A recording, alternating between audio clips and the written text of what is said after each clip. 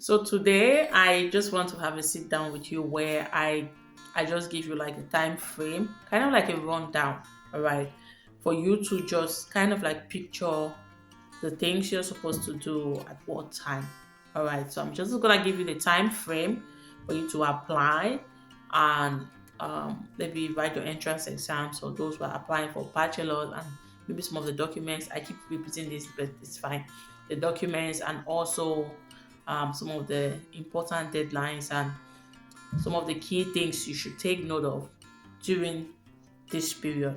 So some universities are open in December already. But if you are waiting for the joint application in the sense that you can apply for more than one, more than two, more than three programs in one application. All right, so you don't need to fill different application forms. You can apply for five programs, four programs, even six programs using one application form. That's why it is joint. All right. So, but there are universities where you just need to, they have separate applications, which means you apply for one program at a time. So most universities are open in December, and this is especially for master's program. So if you want to apply for a master's program in a university, then it's opening December. So take note, that's the time frame. I'm already giving you the time frame. So for master's programs in universities, most universities they open their applications in December. All right. For the joint, mostly in University of Applied Science and bachelor programs, some master's programs too, it's in January, early January. All right. So these are the time frame. Okay, so what are you supposed to like? Is there anything I have to do before um December or January? That's a question I got. And what are you supposed to be doing now, right now? For master's program, you're supposed to like if you don't have your IELTS or TOEFL or International English Test exam, you're supposed to be writing it at this moment, or you've already written it and you're waiting for the result. That's the first thing, all right, because you need to submit this before I think 1 week after your application, after the application close date. I think they give you more time after the application close date. So you need to write your height or you're waiting for your result. That's what you should be doing.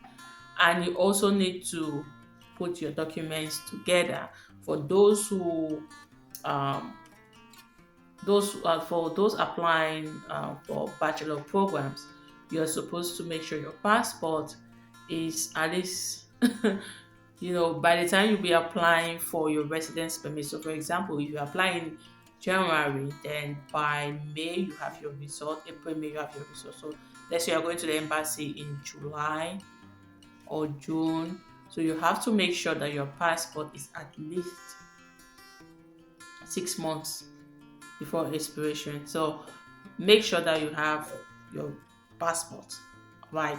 That's the first thing. And the other thing is go through the program, look at the requirements, go to the university. And one more thing, this is very, very important. What I'm about to say is really important. Have you liked this video? Please like the video. I always forget to remind you, to like this video. So please like the video. Okay. So what I'm about to say is really important.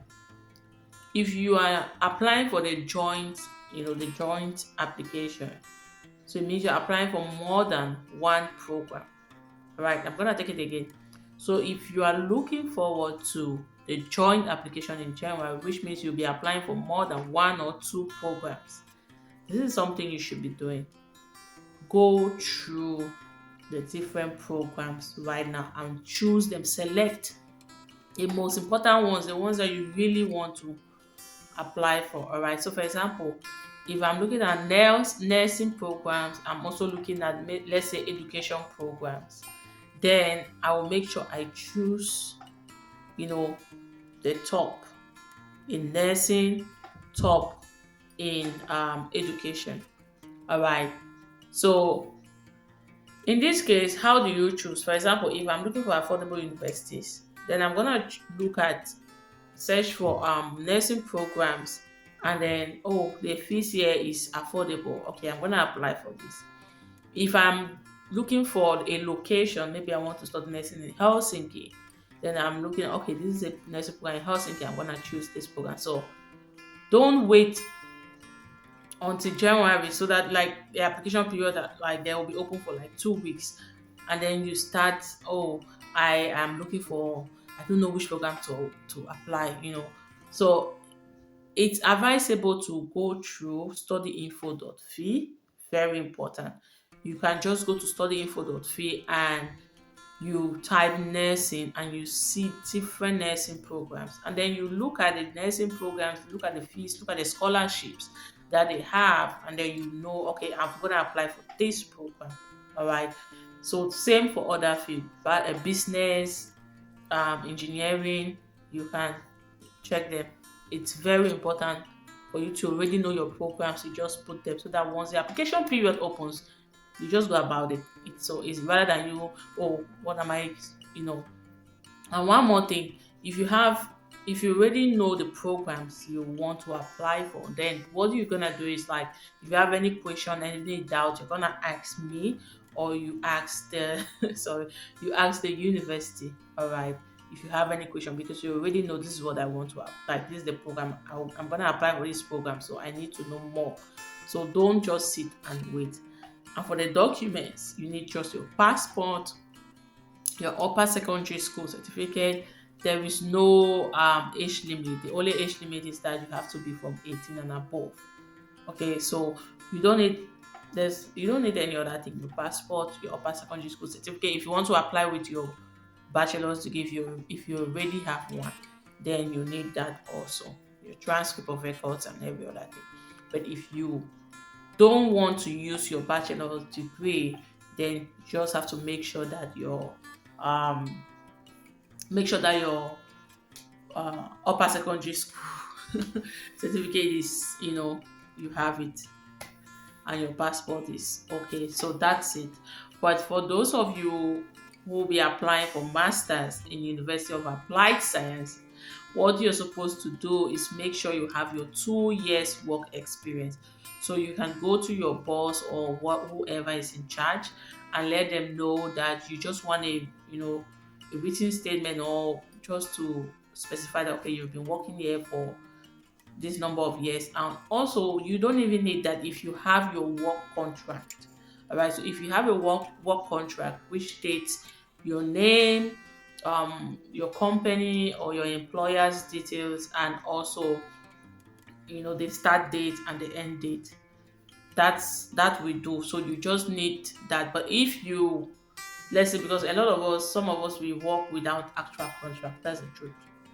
So you can go and ask for a statement, or like a document stating that, you've been working here for this number of years, and maybe you are still working here, because you need at least 2 years work experience in your field. For example, if I'm applying for international business or any master's program within the business field, then I need to have worked in the business field for 2 years. That's for master's programs in University of Applied Science. But if you're applying for a master's program in a university, then you obviously need height. So this is also one more thing. Most University of Applied Sciences, you don't need height when applying for the master's program.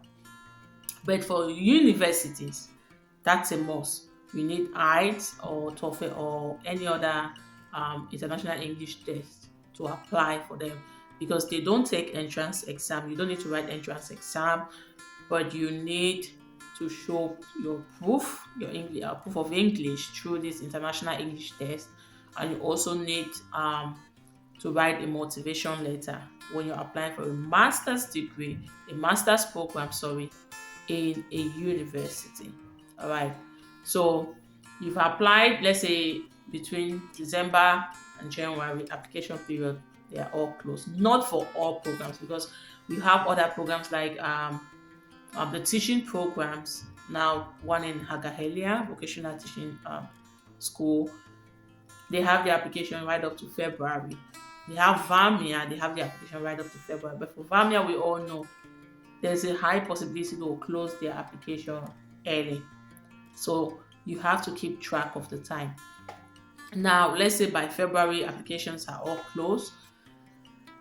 The next thing is the entrance exam. By March, you're writing your entrance exam. So from the time you apply, you have to just also make sure that you check your emails, you check your spam, because you may be required to upload additional documents. So that's the first thing you have to take note of. Immediately after your application, they may ask you to re-upload your passport, your upper secondary school. Like, they may ask you to upload additional documents. Let me just put it like that. So you need to keep track of your emails, check your inbox, check your spam. Um, After that, there's notifications about, or more information about entrance exam. They will let you know the time, the date, and some of the things you should consider. So this is very important. Check your emails, go through this entrance exam information that the school is gonna send to you. And when you're done with the first phase, then if you make it, that means if you pass the first phase, which is a written part, you're gonna be invited for the interview, the group interview. They will still give you more information about the interview, as per the date, the time, and what you should consider. So it means after your application, just keep checking your emails.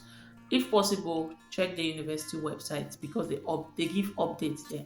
If there's a change or whatever, they will put it on their website. So check your emails and also check the university website. All right, so let's say March, April, you are done with both the written and the group interview. Now, this is for mostly those who apply for like a program in University of Applied Science. This is the timeline. The timeline. So by late April, May, some universities start sending out um, admission results. All right, so they'll let you know if you're in, and this is crucial. Why is it crucial? It is crucial because you may, so for example, you've applied for like 5 universities and you made it, like you passed the entrance exam, so which means you're eligible for all the 5. You understand? But maybe this particular program that you really, really, really want to, like, this is your first choice, they are yet to send you an like admission result. What do you do? And you already have, let's say, 2 admission results, and they say, oh, congratulations, you've been admitted, blah blah blah blah. So what do you do? The first thing you're supposed to do is look at the time, because they always give you a date. You should confirm your study place by this date. So see, if you still have time, you can still wait for your first choice. If within that time they reply to you and say, oh, you've been admitted, okay, then you don't really need to bother, you accept your first choice. But if, let's say, a day before, you've still not gotten any email from this your top university, and you have 2 universities that are waiting for you, and let's say on that day, like this is the last day you need to accept, I will advise you to accept one. Why? Because what if you don't accept, and then your first choice now, okay, once they send you an email saying, oh, unfortunately, we didn't accept you this time, so what are you gonna do? Or unfortunately, we didn't take you this time, we're gonna put you on a waiting list. So you at least secure what you already have. All right, so you receive when you confirm your study place, you're gonna receive information about your payment of fees and everything, and then they'll send you your admission letter. That's when you start applying for your residence permit. So this is the timeline. I hope I am clear enough. Okay, so Now, for those with masters in from a university, you already apply with your international English language test. Sorry, and you've written your motivation letter, so you apply for your motivation letter. While doing that, like you apply with your motivation letter. Sorry, so the application period is over. You just have to wait. I think for most universities, like they start sending out emails in April because since they don't have entrance exam and all the likes, but they will give you some time, like a week or two, for you to submit. If, like for example, if by the time you're submitting your application, you still need, like you don't have your transcript of records or your IELTS results, haven't arrived yet, they'll give you some time. So after that period, then they'll be able to go through the applications, make decisions, and by April they'll let you know. Latest should be early May. They'll let you know if you've been accepted or not. And when they send that to you, you have to pay your fees. And then after that, they'll send you a admission letter, and then you start with your residence permit application. So that's that's the timeline for the application period. So, for example, what if you are on waiting list? That's tricky because if you've been here since last year, the struggle is real. If you're on waiting list, it's like you are always like so much anxiety, and you are panicking, like you don't know. But eventually, I think I like a couple of students from this platform they had like positive decision what like towards the end, even though they were on waiting list for a while. So waiting list, there is hope, and you don't know, maybe they will also you'll be admitted, eventually. So that's a timeline for 2023 application period. That's the timeline. And please don't joke with dates. The dates are very important. If you are being told application close on this date, I always ask, like, if you now, for example, now you are like, I want to apply for a bachelor's program in business. You already know. So when the application period opens, why waste so much time? Because we all know, like in the case of Vamia, I said it here. I said you should apply the same day. Some of you thought I was joking. And what happened? They closed the application just days after it was open. So plan it yourself, know your programs. What am I trying to say? Make sure you how do they call it? If you have your documents like hard copies, make sure is it printing or what? Scan. If you have your documents like hard copy, like your passport and everything, scan them, download them on your computer, just keep them there so that when application period opens, you can just upload them. So no time to waste. All right. Okay, so that's the timeline. And if you have any question, you can leave it in the comment section. I will answer you when I have the time. All right. So thank you so much for listening, and I hope this was helpful to you. And you're not alone. That's why you're on this platform, for us to go through this journey together. All right. And I promise to bring current updates. As you can see, now is like quiet moments here. Rush hour is coming. December, January is rush hour.